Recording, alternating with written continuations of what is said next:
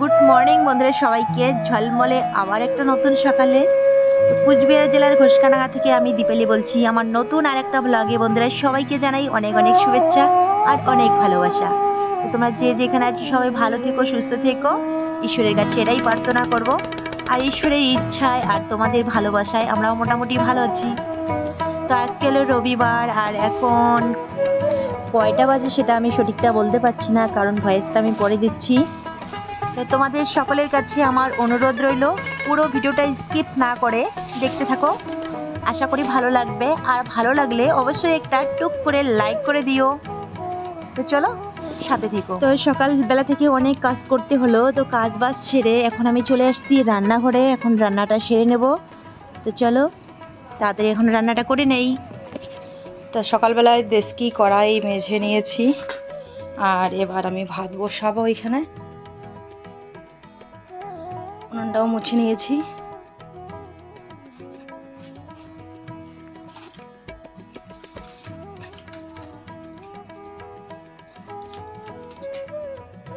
মাজা দেশকি কড়াই আর উনান লেপা যদি হয় তো একটু ধোয়াতে একটু সমস্যা হয়, দেরি হয় আর কি।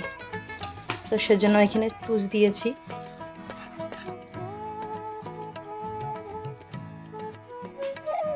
তুষ দিলে সমস্যা হয় না, তাড়াতাড়ি জ্বলে।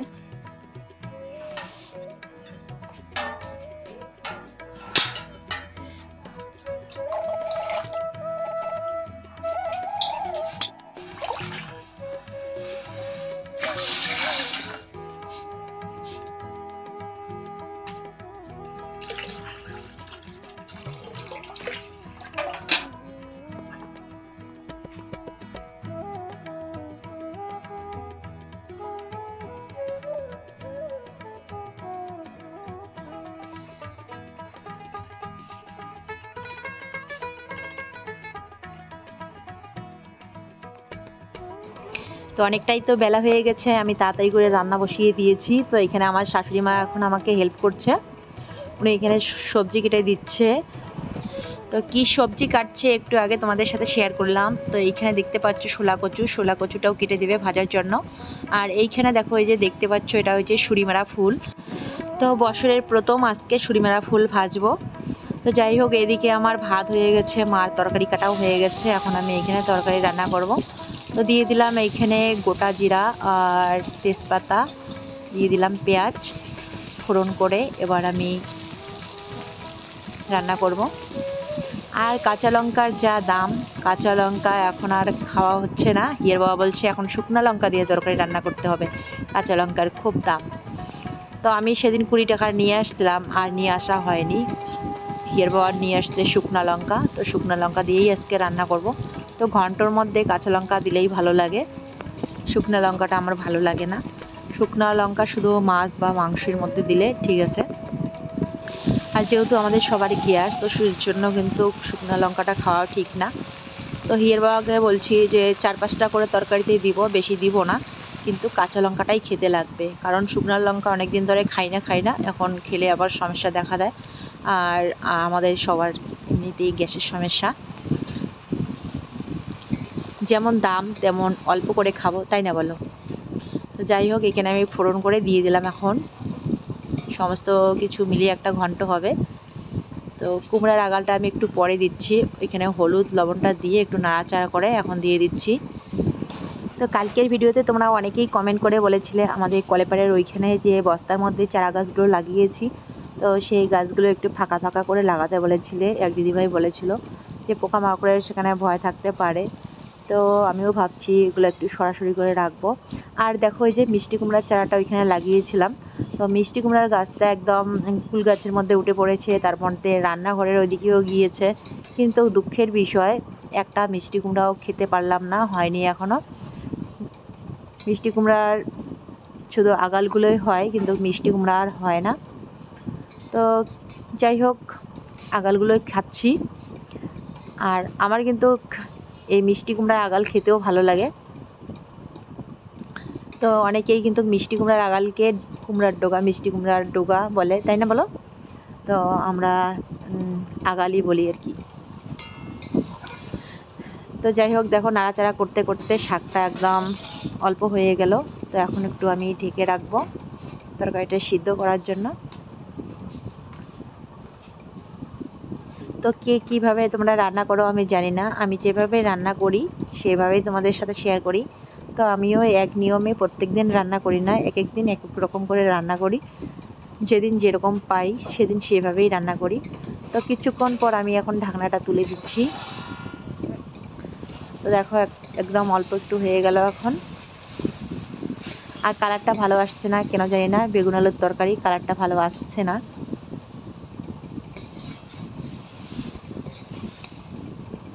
তো এখন একটু নাড়াচাড়া করে এখানে আদা বাটা দিয়ে দিলাম। তো এরপর শুকনো লঙ্কা বাটা আর জিরার গুঁড়া দিয়ে দিয়েছিলাম। তো সেটা আর তোমাদের সাথে শেয়ার করাই হয়নি। এদিকে দেখো বারবার করে বাছুরটা এসে এখানে ডিস্টার্ব করছে।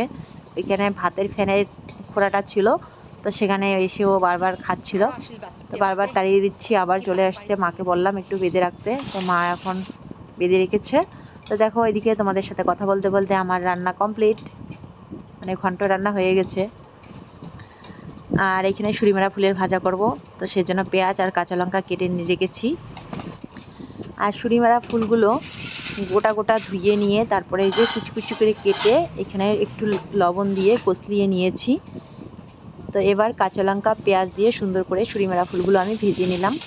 তো কালারটা ভালো আসছে না, মনে হচ্ছে যে হলুদ কম হয়ে গেছে। আসলে না, সুরিমেরা ফুলের কালারটা এরকমই হয় ভাজার পর।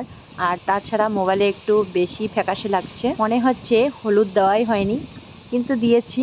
আসলে মোবাইলেও অনেক সময় কালারটা ঠিকঠাকভাবে আসে না। আসন পেতে বসে একদম এই যে কাপড় ধুচ্ছে আমার বড় মেয়ে। তো অনেকক্ষণ পর আসলাম বন্ধুরা তোমাদের সামনে। এখন বাজে দুপুর 2টা। তো আমার রান্না বান্না কমপ্লিট। সকালবেলা থেকে একটু ব্যস্ত ছিলাম, দেশকি কড়াই মাজলাম, রান্নাঘরটা উনুনটা মুছে নিলাম, তারপর কিছু জামা কাপড় কেচে দিয়েছিলাম, তারপর এই পুরো ঘরটা একদম ধুয়ে মুছে পরিষ্কার করলাম। তো সেজন্য তাড়াতাড়ি করে কাজগুলো করছিলাম, তো সেজন্য শেয়ার করা হয়নি মানে ওই সমস্ত কাজগুলো তোমাদের সাথে শেয়ার করা হয়নি। তো ভাবলাম যে দুপুর থেকে আজকে ব্লগটা শুরু করব। তো আজকে হলো রবিবার আজকে, তো সেজন্য আজকে পরীক্ষা নেই, সবাই বাড়িতেই আছে। টিউশনে গিয়েছিল বড় মেয়ে, তো টিউশন থেকে চলে আসছে, সে খাওয়া দাওয়া করেছে সকালবেলায় ওরা। আর এখন দুপুরবেলার রান্না হয়েছে, কিন্তু খাওয়া দাওয়া এখনো হয়নি। তো চলো সাথে থেকো, পুরো ভিডিওটা স্কিপ না করে। আজকে আমার একটু বাজারে যাওয়ার কথা, তো দেখি যেতে পারবো কি পারবো না। সময় পেলে যাব, ভিডিও রেডি করে পাবলিক করব, তারপর সময় পেলে যাব। তো চলো, আর বাজারে যদি যাই তো কিছু কেনাকাটা করব। তো কী কী নিয়ে আসবো অবশ্যই তোমাদের সাথেও শেয়ার করবো।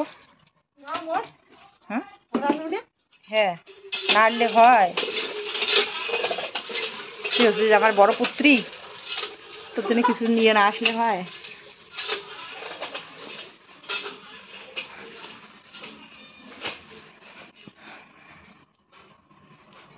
তো এখন আমি একটু কাজ। তো মেয়েদের স্নান হয়ে গেছে, বড় মেয়ে যে সবার জন্য এখন ভাত রেডি করছে, আর আমার পেটের মধ্যে চুয়া দৌড়াদৌড়ি করছে। তো চলো তাড়াতাড়ি এখন খেয়ে নেব।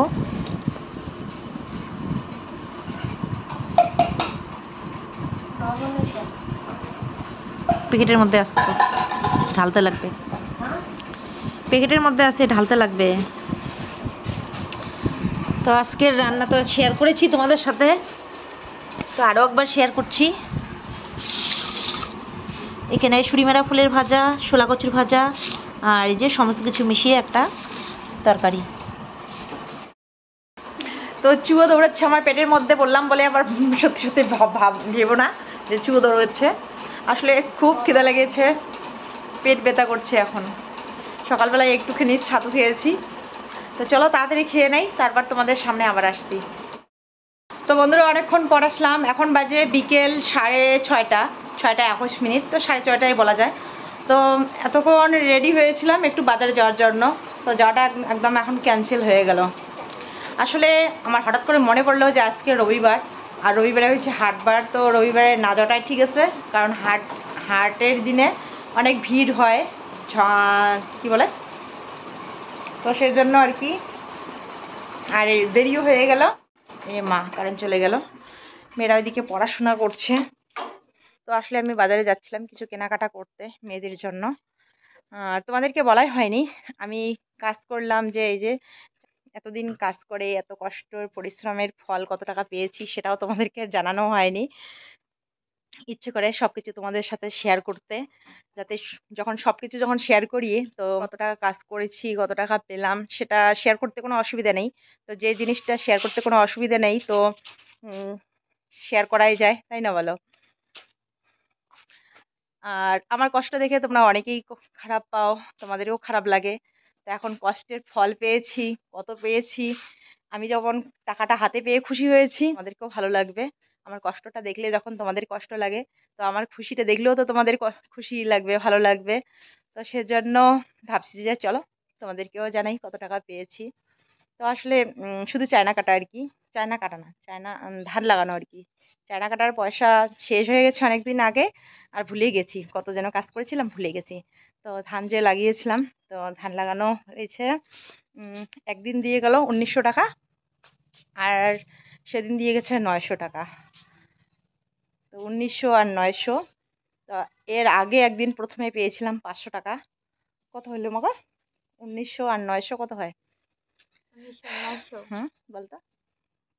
1900 আর 900 হুম কত হয়? তাহলে 1800। না 1900 আর 900 1800। তো দেখো আমার মাথাটা একদম গন্ডগোল হয়ে গেছে। 1900 আর 900 নাকি 1800 হয়, মানে 1900 থেকে আবার 100 টাকা কমে গেল 900 টাকা যোগ করে। আসলে না এভাবে সবার সামনে হঠাৎ করে যখন এভাবে বলছিলাম তখন একদম গুলিয়ে গিয়েছিলাম। তো যাই হোক 2800 টাকা না বলে আমি কিন্তু 1800 বলতেছিলাম। তো যাই হোক মানুষ মাত্রায় তো ভুল হয়। তো 2800 টাকা আর 500 টাকা হয়েছে 3300 টাকা, 3300 টাকা। আর এক দাদা ভাইয়ের কাছে পাই আমি 700 টাকা। তো 3300 আর 700 হয়েছে 4000 টাকা। আর একটা কথা বলাই হয়নি, ওই যে 1900 টাকা, তো সেদিন 1960 টাকা দিয়েছিল, তো 60 টাকাটা যোগ করাই হয়নি। তো যাই হোক টোটাল আমি কাজ করেছি 4060 টাকা। তো ওই 700 টাকাটা হাতে এখনও পাইনি। তো এই হয়েছে আমার কঠোর পরিশ্রমের ফল। আর জানো তো যখন কাজ করেছিলাম খুব খুব কষ্ট হয়েছিল। এই যে ঝড় বৃষ্টি রৌদ্রু সব বাধা পেরিয়ে কাজে যেতে হয়েছিল। বাড়ি থেকে বেরোতেই ইচ্ছে করে না রৌদ্রু দেখে, খুব ভয় লাগে যে এমন রৌদ্রের মধ্যে গিয়ে কিভাবে কাজ করব। কিন্তু যখন মনে পড়ে যে যদি আমি কাজে না যাই তাহলে আমি কিভাবে এই সংসারটা পরিচালনা করব, কোথায় পাবো আমি টাকা, কারণ এই মাসে আমার পেমেন্ট আসেনি। আর টিউশনের টাকা তো দিতেই হবে, খাওয়া দাওয়া তো বন্ধ রাখতে পারবো না, খাওয়া দাওয়া তো করতেই হবে। যখন এই কথাগুলো মনে পড়ে তখন মনে হয় না যেতেই হবে, যত কষ্ট হোক না কেন, যতক্ষণ জীবন আছে ততক্ষণ কাজ করতেই হবে। কারণ শুধু আমার পেটের কথা আমার চিন্তা করলে যে হবে না, আমার তিনটে বাচ্চার কথা চিন্তা করতে লাগবে। তো যাই হোক অনেক কষ্ট করে কাজ করেছি। আর আজকে যখন এই যে একসাথে টাকাগুলো আমি পাচ্ছি, তখন টাকাগুলো হাতে পেয়ে কতটা যে আমি খুশি হচ্ছি আর কতটা যে আমার ভালো লাগছে সেটা আমি বলে বোঝাতে পারবো না। আর এখন কিন্তু সেই কষ্টের কথা আর মনে নেই। এখন মনে হচ্ছে কই কিছু হয়নি, তো আমি তো এখন ভালোই আছি, মরে তো আর যাইনি, কোনো ব্যাপার না। টাকাটা তো এখন আমার কাজে লাগতেছে। সব টাকা দিয়ে যে কেনাকাটা করবো সেটা কিন্তু না। তো দরকারে দরকারে মানে কাজে কাজে তো টাকা লাগিয়েছি। এবার কাজে লাগার পরে যতটুকু আমার হাতে আছে সে টাকাটি দিয়েই আর কি কেনাকাটা করব। মেয়েকে আজকে সকালবেলা দিয়েছিলাম 600 টাকা একটা টিউশনে দেওয়ার জন্য। আরও 2টা টিউশনে দিতে হবে, ওইখানে দিতে হবে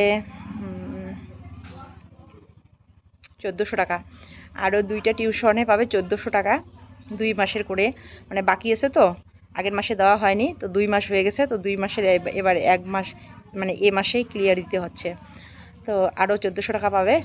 আর মেজো মেয়েকে দিয়েছি, মেজো মেয়ের টিউশনের টাকাও দেওয়া হয়ে গেছে। তো যাই হোক টিউশনের টাকা দিয়ে আমার কাছে আর রয়েছে 500 টাকা। তো সেই 500 টাকার আর কি কেনাকাটা করতে বেরিয়েছি। তো কি আর হ্যাঁ, ছোট মেয়ের টিউশনের টাকাটা এখনো দেওয়া হয়নি। ওর বাবা বলেছে ওর কাজের টাকা তুলে ছোট মেয়ের টিউশনের টাকাটা ও দিয়ে দেবে। তো আমার হাতে যা এখন আছে, যতটুকু আছে সেটা দিয়ে আমি বাকি প্রয়োজনগুলো মিটিয়ে নেব।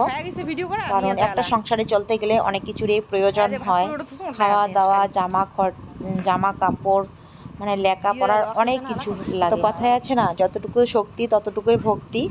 তো সেটাই, যতটুকু আমার ক্ষমতা আছে ততটুকু দিয়েই চলার চেষ্টা করি।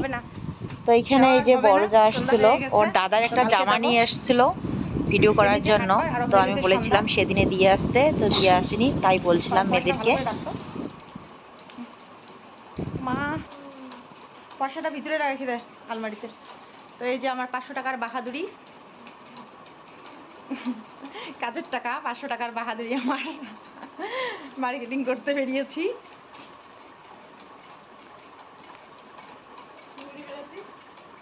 কেনাকাটা করার জন্য রেডি হয়েছিলাম এই 500 টাকা নিয়ে, তোমাদের জন্য কিছু নিয়ে আসার জন্য আর কি। আর এইখানে যে কিছু রাখা আছে, এগুলো আমার কাজের টাকা না। টোটাল এইখানে আছে তোমার 600, 500, 1100 টাকা টোটাল আছে এখানে, 1100 টাকা। তো চলো, এখন ওরা পড়াশোনা করবে।